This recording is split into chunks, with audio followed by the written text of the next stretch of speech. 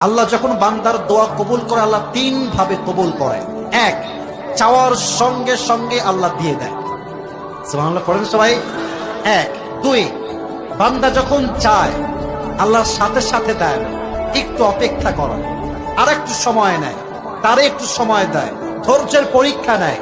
যে বান্দা চাইতেই থাকে, বলতেই থাকে, দোয়া করতেই থাকে উইথ পেশেন্স এন্ড সালাহ, ধৈর্য এবং নামাজের সাথে, একটা সার্টেন পিরিয়ড শেষে আল্লাহ তাকে আগের চাইতে আর উত্তম জিনিস দান করে।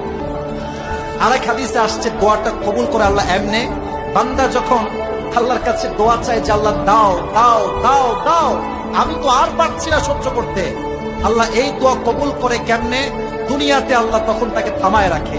এর বিনিময়ে আল্লাহ তাআলা তার জীবনের যে বালা মুসিবত বিপদ আছে, ওই দোয়াটাকে আল্লাহ তাআলা মাধ্যম করে বান্দার জীবনের বিপদ আপদ সব দূর করে দেয়।